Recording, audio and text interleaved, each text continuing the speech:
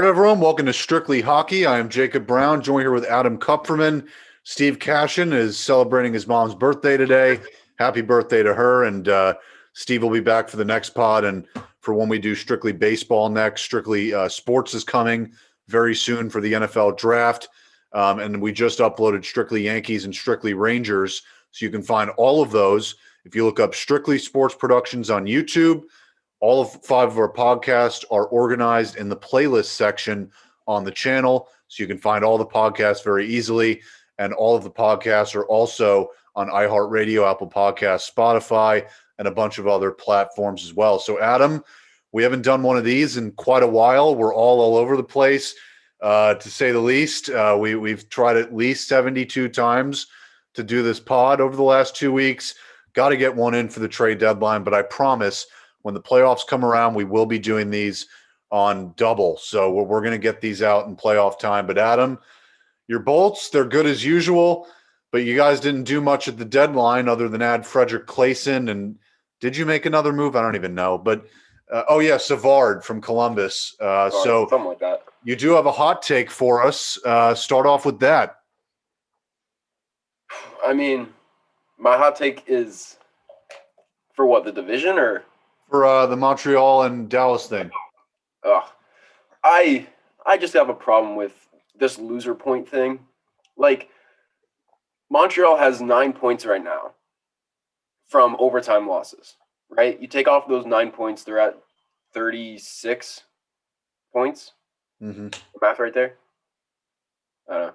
Whatever. We're not a math pod. No, it's the hockey. There's a reason we do hockey and not, like, math shit. But, they're at 36 points, they're fifth place in the division. They're not in a playoff spot right now. You look at Dallas. Dallas has, I'm looking at the stats here, they have 14 regulation losses and 12 overtime losses. They have 12 points from losing. They would have 30 points right now. If they didn't get that loser point, they would be worse than Detroit by 6 points. Which is mind-boggling. And they still have 2 games in hand, granted. But I want to see them have, like, an even stat line. Like, I want to see them at, like, 15, 15, and 15. That's my ideal scenario for that team. But just, I never had a problem with the loser point because it's like, you battled your ass off. You tied it, end of regulation. You get that point. But when I see teams, 10-plus points just for losing, it kind of just nudges me the wrong way. You know what I mean? No, it does. And it's especially exemplified in a year like this when all these teams are playing each other and every game is a 4-point swing. So they're getting these extra points, staying in the race, even though the only teams they're playing are the other 7, or other 6, whatever it is. So it's even more annoying. And I'm sure for those other teams, the teams who's at 3 and 4 in that division right now? Florida's 3, Nashville's 4. Oh, so Nashville's got to be sitting there like, hey, we have a lot less OT losses. Nashville has 1 OT loss. Exactly. I mean, that's a much more not realistic, but much more legitimate hockey team. And before the year, I'll be honest, I mean, I was very down on Nashville. I didn't see a lot of scoring depth there. Their defense is good, but UC Saros has been playing out of his mind. And that's really why they're in this position. But they're always a well-run hockey team. And it's actually funny. I was talking to my manager at my job, and she said she plays in a bunch of leagues down here in South Florida, just rec leagues and stuff like that. And she said she got to go to a Nashville Predators playoff game. And I remember me and you, Adam, in high school, we saw the article of Nashville being the number 1 fan base in the league, and she said she knows why. After going to those playoff games, so the building was shaking. An hour and a half after the game, they're on the highway, and you still see people with Predators flags out the window. So they're a really well-run franchise. And even with Forsberg on the IR, they've been able to play well. So I really like what they're doing. I think they're going to be knocked out pretty much right away in the playoffs, but good for them. They're going to make it this year, most likely. Yeah. They're 10-2 in their last 12 right now, and I think that's a credit to UC Saros and how well he's been playing. I agree. having Forsberg on the IR, that definitely hurts their scoring already. That's, it's not flashy. It's not tops in the league like we all thought it was. You look at their lineup on paper, it's a good roster. There's the scoring isn't there, but when the scoring is not there, they make up for in defense. Roman Yossi, you've got Ryan Ellis. That's arguably a top 2 pair in the league. Like, I'd put them up against any other pair. Oh, 100%. They're up there with Werenski and Jones in Columbus. So, you see what they're doing. They're taking that defensive mindset, and, it's proving well for them. Yeah. The thing I hate about this Central is, those top 4 teams, of the top 4 teams, the top 3 in this division are Carolina, Tampa Bay, and Florida, right? They're all not even just in contention for this division to win the division. They're in contention for President's trophies, right? So whoever gets the 2-3 seed, one of those teams is going to have to lose. In a normal year, you get a wild card matchup. You'll probably play the winner of another division. Now this year, you're going to have one of these teams knocked out already. And we're looking at the Canadian division right now and thinking one of these teams is going to be in a conference final. Yeah, I know. It kind of sucks from that. But, I mean, from the get-go of the playoffs, we're going to have some good series. Like, right now, we're going to have a Tampa Bay, Florida matchup and a 2-3 seed. Like, please, I want to see that. It's been almost 30 years and they haven't met up in the playoffs. I don't think there's ever been a point in time where both of these teams have been good. Maybe 2016 when Panthers lost in the first round to the Islanders. But other than that, it's about time that both of these teams are good. And especially, as Florida guys, as guys who, are in both areas. I mean, you're how far away are you from BB&T Center? Probably 15, 20 minutes, actually. Yeah. So, I mean, it's really nice to see both these teams competitive. I hope they match up in the playoffs because that's going to be a hell of a time. But, I want to talk about the Canadian division. I mentioned that one of those teams is going to get shat on when they reach the conference finals. Talking about the trade deadline, because obviously that just passed. I like what they did. They pick up Foligno. I didn't say that right, but whatever. They pick up him. They go out. They get David Rittich because I don't know how sold I am on Jack Campbell yet. Yeah, he's won 11 straight, but I don't know how sold I am yet on him. I mean, the numbers are impressive, but sometimes the goaltender just gets hot. Yep. They go out. They pick up some defensemen. They're adding. They got Riley Nash as well. Yep, solid pickup. He's a grind guy. Put him with Wayne Simmons though. Thought that'll be a good line. And they also got Ben Hutton from Anaheim, who I don't know much about him. I don't know if you do, but he seems to be a middling defenseman. Yeah, I think it's just depth, and that's what I want to see.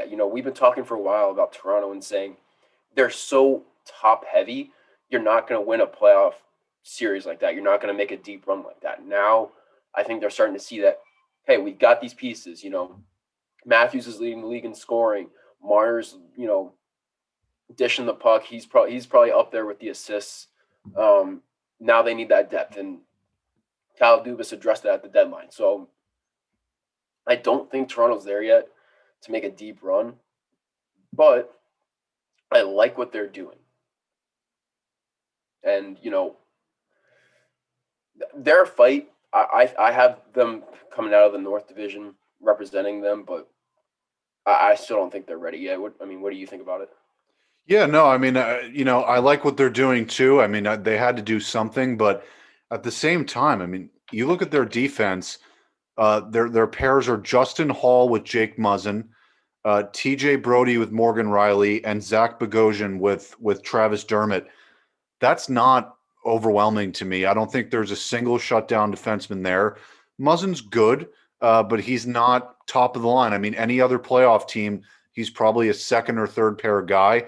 Justin Hall, too, on the first pair. Morgan Riley's good. He puts in his stuff offensively, but it doesn't jump out at you. And maybe it's fine when you're going up and you're playing the teams in the Canadian division. But once they get to the next rounds, I don't think they advance. And it's their problem every single year. And I hate to make a comparison to baseball. It's the same thing with the Yankees. Every year they can't hit in the playoffs. And they don't get that extra piece, that contact hitter to balance things out. Toronto every year, they're like offense. And and they never focus on defense. That was the Florida Panthers problem. And then this year, before Ekblad went down, Ekblad getting really good. He's a top line guy. Yandel, better than last year. Still not great, makes his mistakes, but he's not the same guy. They bring in a Radko Gudas for that physical presence. They call up the guy from college. I'm forgetting his name, but he's the collegiate defenseman that just came up. Uyghur took a step up this year, and it's to the point now where Anton Strawman's not even an every game type of guy. Also, Gustav Forsling, a young kid who came up for them. So they were able to piece it together this year, and now they make the trade for Brandon Montour. They have a legit defense even without Ekblad. So they realized, hey, we've got some offensive pieces. We can offload, not pay certain guys, and get a better defense. And they didn't even do that. They didn't even get a high-paying guy. They were just smart enough to fit everything under the cap. And I know CJ Uri, major Panthers fan.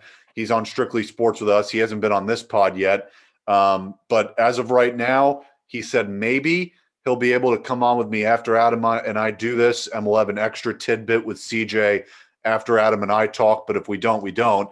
But that's possible, so stay tuned till the end of the pod. But he's ecstatic about what the Panthers have done. And I think we should shift into them now because they're a team that have shocked people, I think, with how effective that they've been, even post-Ekblad. So, like I mentioned, they picked up Brandon Montour. They signed Nikita Gusev, top 6 forward with the Devils, hadn't been playing this year. They get him on a 1-year contract. They traded for Lucas Wallmark and Lucas Carlson, traded from Chicago. They traded away Brett Connolly and Riley Stillman. Connolly, they had to get rid of that cap hit, and they bring in a big guy like Wallmark, who they might not even start, which is pretty amazing. That's how deep their forward depth is. And CJ's been very adamant. Owen Tippett's one of his favorite players, and he's scratched every other game because of how deep their forward core is. He's a young, sharp shooter who doesn't even get into the lineup a lot. That's how good they are. So I know you're a Lightning fan, but you can't ignore that this team is damn good offensively. I mean, I'll never admit this team is damn good. I mean, that's just, you can't do it.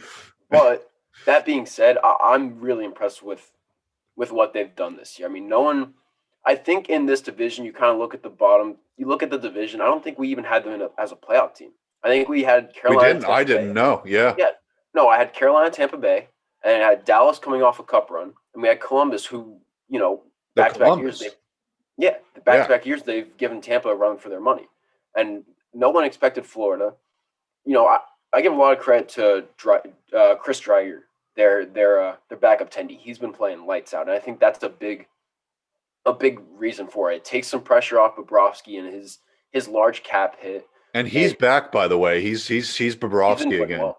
Yeah, he's been playing well. I think, I'm like I said earlier, I'm happy to see this team being successful, and I want to see that continue.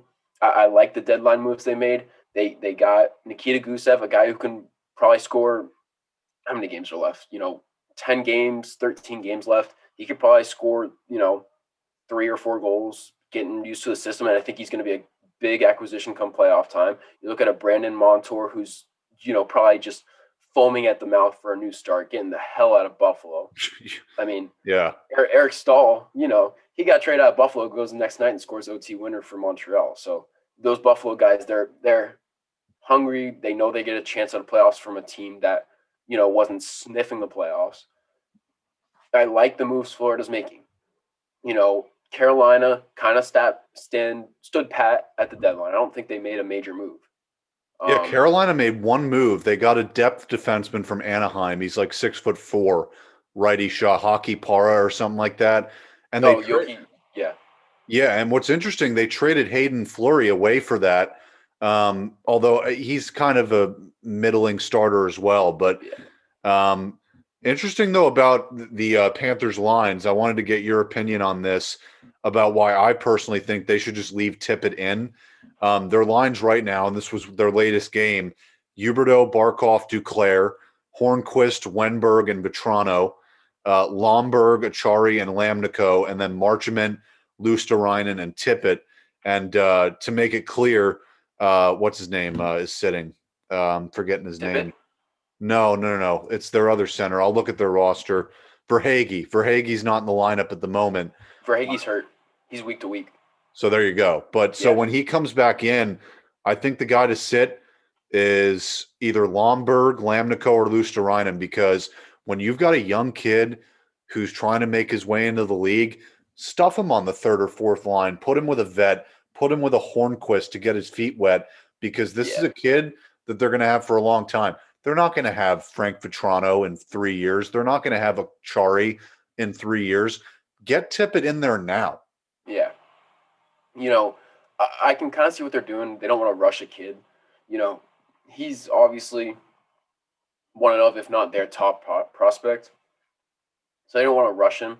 But that being said, I think now is the time to kind of start getting that kid more ice time. You don't need a kid sitting in the bleachers. You can give him 10 minutes of ice time, stuff him on the third line, do stuff like that. You bring up a good point. I forgot about this. How big does that Hornquist acquisition look right now? And that offseason, you bring in that veteran presence, a guy who's won 2 Stanley Cups with that team, with the Pittsburgh team. You bring in a Carter Verhaeghe, who's a young, influence, ready to make his mark. He's coming off a cup run. He now knows what it takes as a rookie. He's coming in now. He's career highs in everything because he's getting the ice time. That's just smart moves by Bill Zito, their Panthers GM, of just, knowing that experience is what helps you win in this league, but also going out and saying, these are the holes that, are present in our lineup, and this is what we need to improve. I can't, as much as I really don't want to brag about Florida, the moves they're making, you can't deny that they're all smart moves. They're not dumping cap. They knew they needed a goalie, and Dreiger wasn't ready, so they spent all that money on Bobrovsky. They go out, they get Hornquist, they spend money in free agency. They're making deals at the deadline. They're a good team. Now, that being said, Carolina, they're 2 years removed from an Eastern Conference Finals run. Tampa Bay won the Cup last year. I don't think they make it out of the first round. Ooh, boy. Whoever they play. That's tough. Yeah. I mean, right now they're sitting in third place, so you don't have home ice. You're going to come play a Lightning team at home, travel, whatever. Yeah, travel might help them, may hurt them. Don't really know. Yeah, with Kucherov there. Yeah, the Lightning are getting Kucherov back, that's going to be such a big acquisition. Stamkos is going to be healthy right now. He's hurt, but they'll probably sit him out for a few extra games. We're coming down the stretch here. We don't really need, we're 8 points, 7 points up on the fourth place team. They're 13 points up on fifth place Chicago. They could probably sit Stamkos and get away with it. But yeah, I don't think Florida beats Carolina. I don't think Florida beats Tampa Bay. The only way they're making it out of the first round is if they steal that 1 seed. And I don't think that happens. Well, do you think that, we also didn't mention they also traded for Sam Bennett, who hasn't gotten there yet. He's got to go through COVID quarantine. So I guess their 4 centers eventually will be Barkov, Wenberg, Verhaeghe, and Sam Bennett on a wing maybe. But either way, I see what you're saying. I think, though, that they roll 4 lines probably, okay, better than Carolina does. But Carolina's got a better defense. But do you think if Ekblad was there, that Florida could have beat a Carolina or a Tampa? No. Wow. And that hurts me to say. Okay. That hurts me to say, but you have to look at the experience and know that Carolina, they've gotten beat by Boston the last 2 years, once in the conference final, once in the first round. If you're going to lose to anyone, Boston's not a bad team to lose to back-to-back years. Right. You know what I'm saying? Yeah. You look at the Lightning, it's all about experience in this league. And yeah, Panthers are going out and they're gaining experience, but until Huberdeau, Barkov, Dreiger, a goalie, until they've got that experience, Ekblad's played in one playoff series? So even if he was healthy. Well, more than that, I think he played a few years ago than the Islanders last year. And then, that's right, in the qualifiers. Yeah. Yeah. But I mean, either way, you look at these kids, and I just don't think they have the experience. I'm big on that, and they don't. In my opinion, they don't have that. I think they're 2 years out from making a deep run. I think they have to lose this year, and next year, I think we're talking about this team being a contender. Yeah, but absolutely. that completely relies on goaltending. I trust their forwards, Barkov and Huberdeau. They're going to keep producing. Ekblad's going to come back. He's going to be healthy. Ken Dreiger, who's a rookie, I believe, can he keep up that momentum? Can Bobrovsky continue to rebound? He had a down year last year. He's building off of that, right? He's getting better. He's getting back to his old form. Can he build on that? So I don't think this team is quite ready yet to make a run, but I think they're a playoff series away from being able to make a deep run. Does that make sense? No, absolutely. I mean, every team needs to go through the ringer first. And another thing about Dreger is that his contract's up after the season. So they're not going to bring him back when they're paying Sergei Bobrovsky $9 million a year. They can't be spending $15 million on goalies. And CJ was very adamant about this as well as a Panthers fan, saying, why didn't they trade him? You're just going to give him away for nothing in a few months. Now, the other side of that coin is, well, if Bob starts to struggle in the playoffs, you want that security blanket with Dreger, and it's this, win now mode. And if you're the Panthers organization, you are under that pressure because we've heard the talks about the relocations and this and that. And what's good for them is winning. And this is a very skewed statistic this year because some arenas don't even have fans. But the Panthers have the second most attendance in the league this year. So that's not something they're usually known for. Not taking digs at them. It's just a fact. I mean, you watch most of their games, it's half full. But when they're winning, people are going. And so that front office, they're under a lot of pressure, but at the same time, they should have traded Dreger, in my opinion. So let's move on though to the order of how this trade deadline went, starting with the Islanders and Devils trade. So Travis Zajac and Kyle Palmieri went to the Islanders in exchange for AJ Greer and Mason Jobst. Those two guys are AHL forwards. The Devils stocking up on young guys, see who works, throw them in the lineup, whatever. But for the Islanders, Anders Lee out for the year. Terrible injury, just like the Panthers with Ekblad. Terrible injury for Anders Lee with the Islanders. Palmieri, obviously, any team would take this guy. You put him on the power play, he'll tip in a few, he'll get a few slap shots.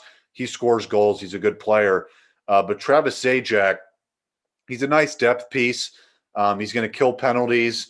He can fill in basically on any line, whether that be first, second, third line. He can play center. He can play left wing, probably right wing too. He's a right-handed shot. He could probably play both wings, each of them equally well. But with Anders Lee going out, I think it changes the entire perception of this Islanders team. You're losing a guy, 6'4", grit, physicality, scoring ability, obviously, stands in front of the net on the power play. This is a guy, huge loss, and I think the Islanders' playoff chances of going deep got a lot less with that injury despite this trade. Yeah. Well, I'm pretty sure he's only out for the regular season. Is that right? If Anders Lee is coming back, that's a different story. Yeah. I think the only reason that if he is coming back for the playoffs, which I believe he is, it's a different story. I think it might hurt them in terms of matchups. He tore his ACL. He's done. Anders Lee tore his ACL? Yeah. Wow, I got to get better. I got to get better sources then. Shit. Yeah, that hurts then. Yeah. That changes my whole mindset. I was under the assumption that he was done that he was only done for the regular season. So I think this team, how well they're coached and how easily guys buy into the system. I mean, Barry Trotz comes in year one. These guys, they sweep Pittsburgh, right? Last year they come back, they make an Eastern Conference Finals run. I think guys listen to Barry Trotz because he's got that ring. They buy into his system. So I think if Zajac and Palmieri, if they come in and do that, I'm not really worried about them. And those are two guys who can put the puck in the back of the net. Now they won't make up for the production Anders Lee has, but they're still good deadline acquisitions that will help your team. Those are guys that have been there before. They've made playoff runs. They know how to score big goals. They can pass it on to a guy like Matt Barzal, who was visibly frustrated in the conference finals. And they can kind of just say, hey, kid, it's playoffs. It's a different animal. Play well defensively. That's what coach wants, So I think the deadline moves are good, but without Anders Lee, this team is not going to win a cup. Now, they could represent the East. I'm looking at the Capitals right now who have been on a tear. I like what they did. They picked up Anthony Mantha, which they gave up a lot for it, but if he can kind of regain his form as to what his projections were coming into the league, I think that's a big production for them. But I think they can be the representative for the East, but I don't think they're winning a cup without their captain. Yep, I agree. I think we're on the same page there with the Islanders, but they do a great job as well. Not just Barry Trotz, but that front office too. They've been really making great moves over the last 3 years, which for the Islanders is not common. I mean, they have been known. They go through front office after front office. This one finally working out for them. So another trade, a little bit smaller in scale. Patrick Nemeth went from Detroit to Colorado. Devin Dubnyk also picked up by Colorado, and Colorado gave away Greg Pattern, who's been traded twice now this season. And Pattern was in the trade with Dubnyk, so Pattern's on the Sharks. This is interesting with the Avalanche because they have Grubauer, they have Francouz, and now they have who's now injured, and now they have Dubnyk. And all three of them, I think, are kind of pretty much at the same level. So it looks like a goalie by committee situation over there. And they also picked Carl Soderberg back up, which is funny because it was basically, I guarantee you what happened was, Carl, we don't have the cap money for you right now, but in April we'll be trading for you again. Totally looks like that type of move because he didn't want to leave and go to Chicago. Are you kidding me? But now, so they're basically the same team offensively that they were last year, except now with Brandon Saad. But was that last year that they picked up Saad, or is this the first year of Saad? This is his first season with the team. Yeah, so they're even better, I think, offensively this year. But the problem is going to be goaltending. And this team, the Colorado Avalanche, they're the team. They're just like the Lightning last year. Year in and year out, you're going and going and going, playoff loss after playoff loss, except it's worse for Colorado because at least Tampa had made a cup final before they kept losing, in repetitive years before winning. The Avs haven't even made a cup final yet. This has got to be it. I'm sorry. They don't have a conference finals appearance, nonetheless a finals. I didn't even know that. Jesus. Yeah, I mean they lost. They beat Calgary 2 years ago, and they lost to St. Louis. They, last year they lose to Dallas in the quarterfinals. This has got to be it for them. I agree with you. I think the third goaltending option, I think that's more of a recency bias. I mean, if you remember last year in the bubble, they lost both of their starters. Yeah, they had to turn to a third string. It was like Haska or something. I don't remember, but I like it. I think Dumnit's a depth move. He'll sit on the taxi squad and just kind of chill out. But I like the moves they're making. Soderberg is a guy who everyone's familiar with. He's familiar with the systems. I like that kind of a depth move. They're bringing in, who's the defenseman you said that they brought in? Nemeth from Detroit. I'm looking to see who he's paired with. Yeah. So I like the Nemeth move. He's a guy who's not really experienced, but another guy who's looking to get out of a bad situation and make a name for himself. So I like that move. Yeah, and I just looked at their defense. It's actually really damn good. I mean, top four, Devon Taves with Sam Girard, who Girard's having a fantastic season. Very underrated player. Yeah, and then Makar with Ryan Graves. So Nemeth is going to come in on that third pair to replace either Keaton Middleton or Jacob McDonald. So if 5 of your 6 defensemen are legit, that at least helps with the subpar goaltending. Yeah.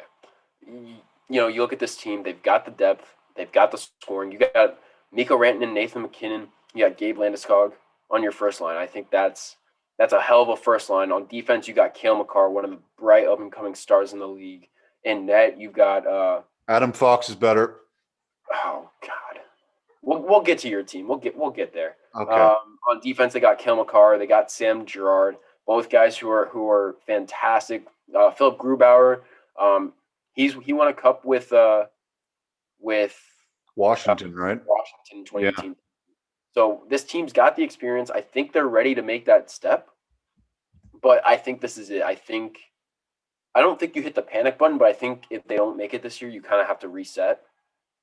But I really like where this team is. In a division with Vegas, Minnesota, who's been up and coming, St. Louis, who we thought was going to be better, but still by no means is a bad team. Yeah, they're very. They didn't even make a move.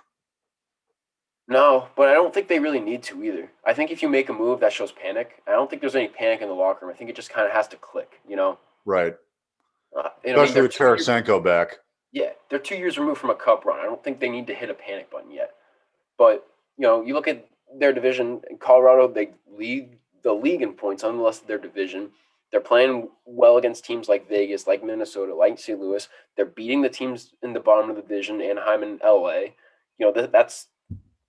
That's qualities you want to see out of a contender. So that being said, I like where this team is. I think I could see them in a Stanley Cup final matchup for sure. Yeah, absolutely. And maybe they'll be facing your guys who picked up David Savard from the Columbus Blue Jackets. They also picked up Brian Lashoff, who I don't think he's going to play, but they got him from the Red Wings. And then Frederick Claesson as well. I don't think he'll play for you guys either. He's just kind of a third pair defenseman. He's bounced around Rangers, Senators, Sharks. He's not offensively that great. He just does his job, makes the right plays, doesn't make mistakes type of guy. So if you get an injury, nice guy to plug in. But what do you think about that Savard trade? Because low key, you guys kind of needed a guy like Savard.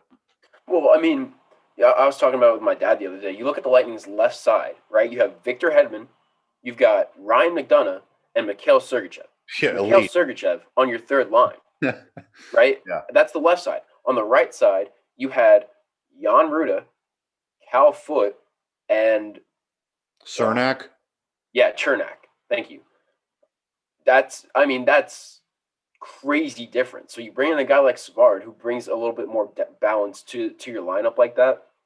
That's a big acquisition. I think Julian Brisbois, he said it himself. He said, the one thing we identified in our team that we needed was a right-handed right side defenseman and playoffs too, you're looking at for a physical presence. David Savard leads Lightning in hits and block shots by like 20 in each category. Like, it's crazy. Huge for the playoffs. You get rid of Paquette and Coburn in the offseason. Those are two gritty guys. And now, you have a hole. And now you bring in Savard. I think that's a big acquisition that shows the team that, hey, we're going here.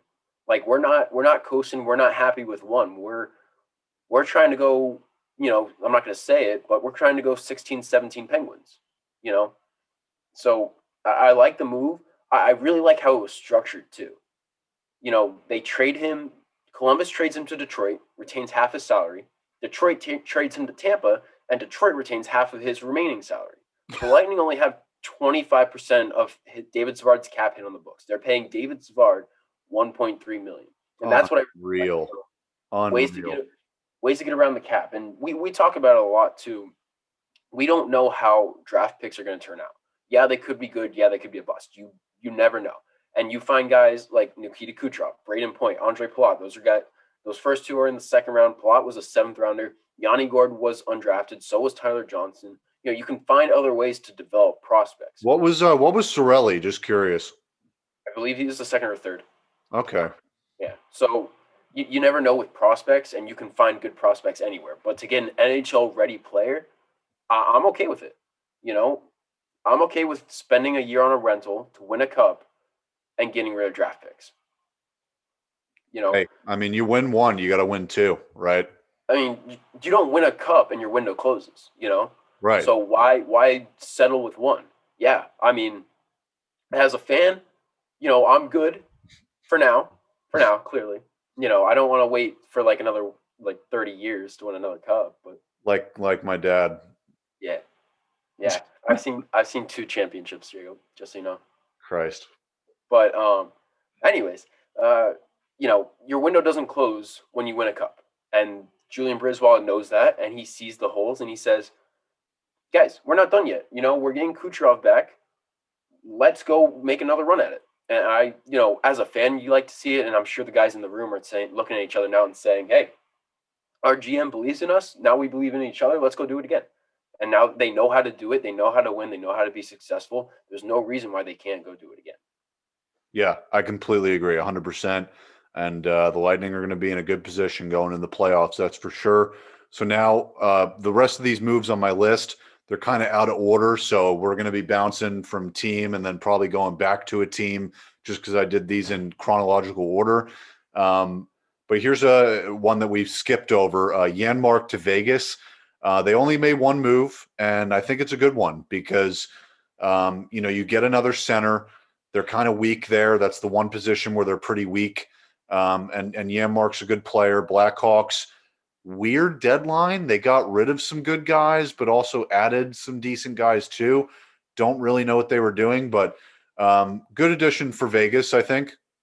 Yeah, I mean, he's a guy who can he's a guy who can score. He's a guy who can throw his body around, throw his weight. That's the kind of guy you want in the playoffs. You need a third line guy who you can trust to go kill penalties, to throw the body around, and pot a big goal now and then. So I like what Vegas is doing. They're kind of gearing up for what they hope to be a long playoff run. We're going to get a Vegas Colorado matchup. Can't wait for that. I mean, it's inevitable, Yeah. right? I mean, you look at Vegas right now plays Minnesota. Minnesota doesn't have the experience to do it. Colorado, St. Louis. St. Louis has fallen off a cliff.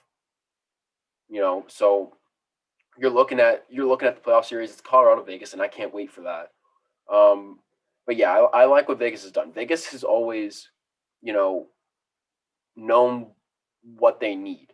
It was evident in the expansion draft. They go out and they fill up with role players who know they can produce more if given the opportunity. Same thing that Florida did with Carter Verhaeghe. They said, "Hey, you're not getting the ice time you should. Come over here. We'll give you the ice time, and you produce for us because we know you can." That's what Vegas has always done. They go out, they buy low and get high results, and they're doing that again. And I'm expecting Yarn Crow to produce a lot and be a big role in a deep run for Vegas. Absolutely. Also, Montreal. They had John Merrill, defenseman from Detroit, and they added Eric Gustafsson, defenseman from Philadelphia. But they gave away Victor Mete. They traded him to Ottawa. Waivers. Waivers, excuse me. And I like those additions for Montreal because we outlined it at the top. They have a lot of OT losses, and you need defensemen to stop goals. And Carey Price has not been the same guy, number one. Number two, he's injured right now. So Montreal, they needed to shore up that back end for sure. Yeah, I mean, in a Canadian division where defense really isn't a big presence, I think they filled a hole. Tyler Toffoli, Josh Anderson, those are guys who have been putting the puck in the back of the net. You got Kotkaniemi, you got I almost said Max Domi. He's not there anymore. Yeah. You got Drouin's there. Drouin, Gallagher. You got all those guys who can score. You don't need to shore Suzuki, up that. Yeah, Suzuki. You don't need to catch Toronto. I think you need to play against Toronto. And how do you stop Toronto's scoring? Defense. So they go out, they get good acquisitions, cheap acquisitions. They lose Victor Mete, but I don't think that really affects their plans too much. I think John Merrill comes in and kind of just fills that hole. Gustafsson, he was a good player with Philadelphia. Well, before that, he was with Calgary, I believe. He fit in well into their system there. He didn't really quite work out with Philly. He's going to get a fresh start in Montreal. I think he's a top 4 guy in Montreal. 100%. And so I like the moves they're making. And the smart thing for me, for my money's worth, is they're not sacrificing their future. I don't think anyone's catching Toronto, but I like the moves they're making. It's all depth moves. They're not giving up a lot. They're getting guys with term. So I like what that team's doing. It looks like they're going to match up with Toronto in the first round. I think they can push that to 6 games. Maybe probably not 7, but I think they can give Toronto a run for their money. Yeah, that is the matchup. Yeah, because they're a nosy team. They check for their forechecks very good. They get lucky too. Yeah. They're one of those teams. They'll just score lucky goals, but Toronto will put them away. I mean, it's just they have too much offensive talent to lose to Montreal. The one thing I'll say is, Montreal was a 12 seed last year, and they beat Pittsburgh. And they took Philly to 6. Never count them out. Never count them out. Carey Price goes on a run. We're talking here about an upset, and not to put it past Montreal to step up their game in the playoffs, but Toronto can choke. We've seen it plenty of times before. Yeah. If any team is going to choke away, it's going to be Toronto. So we'll see what happens there. But I think, I think their GM is looking at it and saying, hey, we're probably going to get Toronto in the first round. We need to shore up our defense. Because if Toronto can't score, they can't win. Yeah, no, of course. I mean, that's definitely the playbook with Toronto. So there were some other depth moves as well. Your old guy Braden Coburn going to the Islanders. I don't know if he'll play a lot, but nice depth move for them. And also, this was pretty monumental.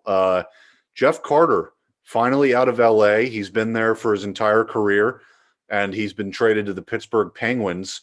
So he'll be their second line center for now. Malkin's still on the IR, probably going to be back for the playoffs. He just started skating with the team, so he'll be back. But even before Malkin was there, before Malkin went to the IR, he was not the Malkin from last year. And whether that's different time of the season, didn't get his conditioning right, whatever, I'm not going to write Malkin off. Nobody should ever write Malkin off. But the main point I wanted to make, Sidney Crosby, I don't like the guy very much. I don't think anybody does. He needs more respect because he is putting that team on his back. Their offensive lineup, not great. Defense, meh. Goaltending, not good at all. And somehow they're third place in the Metro, and it's Sidney Crosby. Yeah, you look at their lineup, they traded away Hornquist in the offseason. They didn't really retool anything. They got rid of Matt Murray, who had won 2 cups. This is a team we thought was going to be in contention for 4th place, probably miss the playoffs, but be a good team nonetheless. But I don't think any of us saw them being 3rd place in a division, probably have a playoff spot locked up, and have the second most goals in the division. Yeah, that's what surprises me. I don't know how with that lineup. Washington has 152 goals for. Pittsburgh's got 146. They're right up there with them. So I think it just shows the tenacity, and I think the leadership from Crosby too. The guy's got 3 Stanley Cups, arguably the best player of our generation. Guys listen to that in the locker room. I think it's him being healthy again, him getting, not the tools that he needs, but the right guys in the room and them listening to him and going out and producing. I think that's made a world of difference for him. And, they're probably not a team to make a deep run, but the experience will help. They're going to get Malkin back. That's a dangerous team, I'll say, for sure. Yeah, no, you can't count Pittsburgh out. I don't think they're going to go very far. If they face Washington first round somehow, I think they're out. I think if they face Boston even, I don't like Boston very much, and we'll get to them now.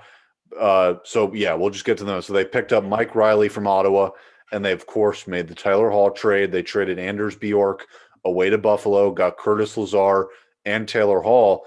But this is not the blockbuster that it would have been a year ago today. Taylor Hall had 2 goals and 17 assists with Buffalo before being traded to Boston. Boston's forward core is really not that great. Top 6, you got the guy Taylor Hall, Patrice Bergeron, Brad Marchand, Pasternak. After that, though, it's kind of a shot in the dark because it's really about the system in Boston and how they play as a team, that physical, gritty style. They have enough veterans to where they know when to turn it on and off. So it's not like other teams where you'd be concerned at looking up and down that lineup and you're like, well, where am I getting my goal scoring here? It's just the way they play as a team. Yeah. I like the Mike Riley addition. Their third pair was a little weak, so to get a guy like that is a nice move. But to me, with the amount of games that we have left, whatever it is, 15, 16, whatever it is, if Taylor Hall scores 3 to 5 goals, that's a 25-goal pace on a normal season in that amount of time. If he can just get his toes under him and get ready for the playoffs on a hot streak or something like that, then Boston looks like much more of a threat in the playoffs. Because I got to be honest, listen, Rangers aren't catching up, Flyers aren't catching up. The Bruins have 2 games in hand. They're already up a few points. The Rangers are cute. They're playing well. They might get 8 points in the next 8 games against the Devils because they play them 4 games in a row. So that might be a nice little streak for them. But once they have to play Boston, those final two, when they got to play Washington again, the Rangers are probably going to lose those games. They're too young. They're getting that experience. They're just a little too young right now. But Boston, that vet leadership, I think is what's going to propel them, let them maintain that 4 spot. But I think going into the playoffs with them, if things are clicking the right way, if Rask comes back and he's healthy, if Taylor Hall comes in and sparks that offense, they're a threat again in the playoffs. But for right now, I think they're a core group that's starting to slowly fade away. Yeah, I mean, Marchand's a year older, Bergeron's a year older. Core pieces are getting older. When that happens, you start to look towards a rebuild. Pasternak will help delay that just because of the perennial scorer he is. But this team's starting to fade off. Bringing in a Taylor Hall, though, that's big. I agree with you wholly. If he can come in, if he can produce at a marginal amount and get comfortable in the system, they can be a threat come playoff time. They bring in the scoring. I'm more concerned about their defense, though. We know Halak is a good enough goaltender. If Rask comes back healthy, he's a top tier goaltender in this league. But I'm not so sure about their defense. McAvoy, yeah, he's a number one. After that, you're right. Do they have what it takes? Yeah. Defense wins championships. We all know that. Does Boston have the defense to win a championship? No shot. Not against a team like the Islanders who will trap you and will, bleed you dry. Now, we're looking at the matchups right now. Boston, Washington, round 1. I could see Boston winning that. Washington, they just choke. It's inevitable. It's like they're the they're the Maple Leafs. They're gonna choke. It's just a matter of when. But yeah, I like the additions they made. I wish they would have made a more of a depth move on defense. But anytime you bring in a guy like Taylor Hall for a second round pick and an everyday player, like, are you kidding me? That's a steal. Because if he can regain his Hart Trophy self, we're talking about what a steal this is and how stupid Buffalo looks.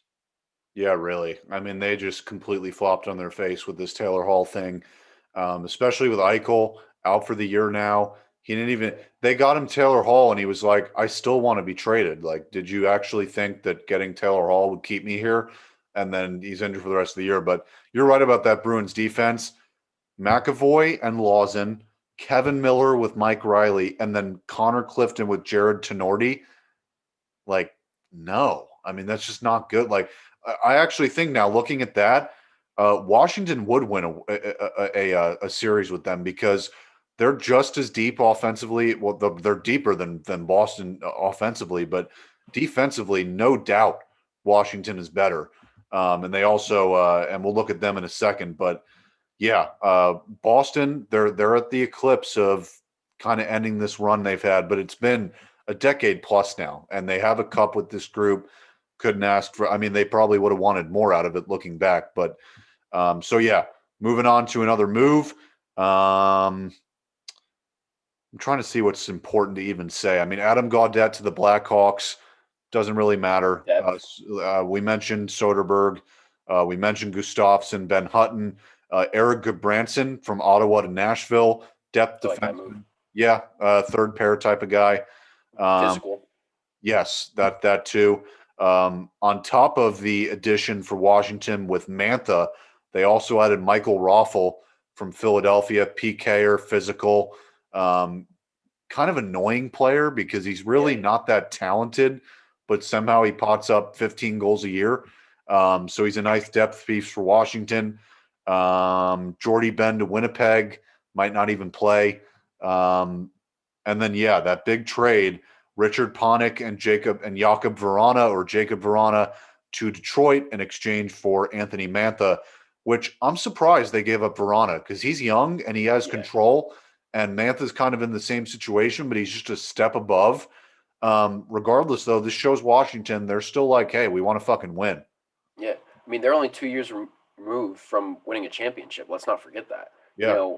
I think they gave up way too much for Anthony Mantha. Yeah, he's got term. Yeah, he's a young guy. But giving up 2 everyday players and 2 draft picks, one being a first rounder, that's too much for him.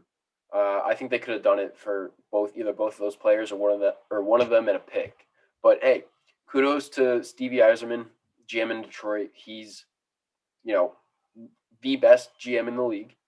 I think in 2-3 years when Detroit's a contender again, not a contender, but a playoff team again, we're gonna look at him and say, yeah, he's kind of the reason that they're in this position. That being said, you look at Washington's D pairs. John Carlson, elite defenseman. You look at their defensive pairings. I'm kind of blanking on the names here, but you look at their pairings, and it's just their defense is good. And now, Ovechkin, he's kind of picking up his pace a little bit. Backstrom's still dishing it. Wilson's going to be physical. Oshie's still present in the lineup. You go out and you pick up scoring again. This team looks dangerous for sure. I got to tell you, I just looked up Mantha versus Verona. Mantha's got 12 goals, 11 assists in 43 games, and Verona basically has the same stat line. Like, what are they doing here? Like, Mantha is 6'5", 234. So I understand it when you're getting that size in there, but still, I mean, they're basically the same guy.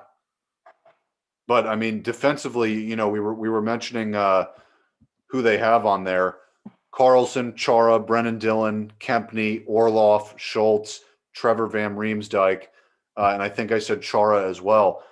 That's deep. So they've got the D guys. Goaltending, Samsonov, Vanacek. They've been good enough, obviously, to be this, at this point in their division. And but like we've been kind of alluding to, Washington doesn't scare you anymore, because 5 seconds ago we were saying, oh, maybe maybe Boston could beat them. So they don't scare you anymore. I really do think. Oh wait, I'm thinking that the playoffs are split East Division. I'm thinking it's going to be a team from the Panthers division that's going to go, but it's not like that this year. Nope. But yeah, I don't think we looked at the beginning of the year. It's pretty crazy that the Metro was the deepest division. I don't think any of those teams get to the conference final. Maybe the Islanders. No, but I think I would pick the Islanders to come out of this division.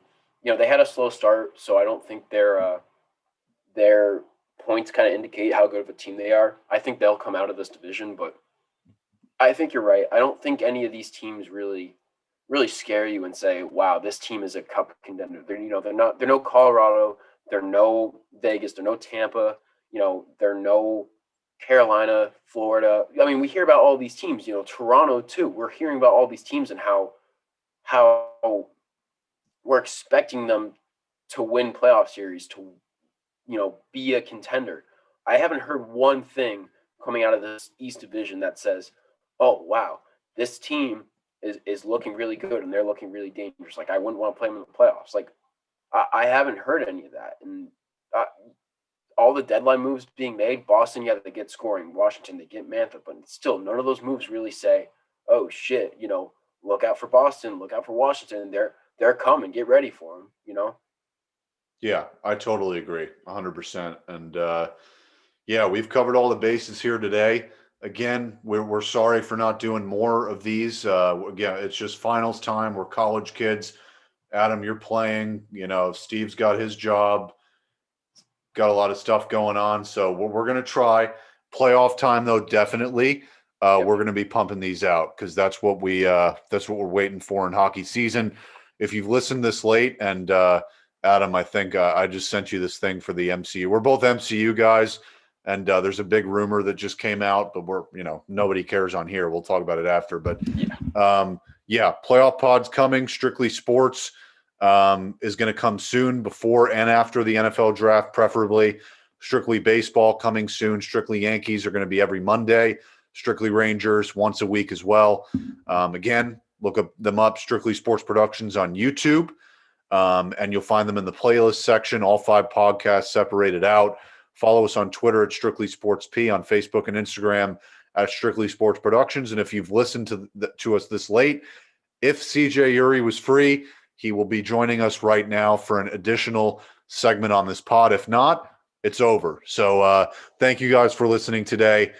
For Adam Kupferman, I am Jacob Brown. Adam Fox is better than Victor Hedman, and we're going to be back next week.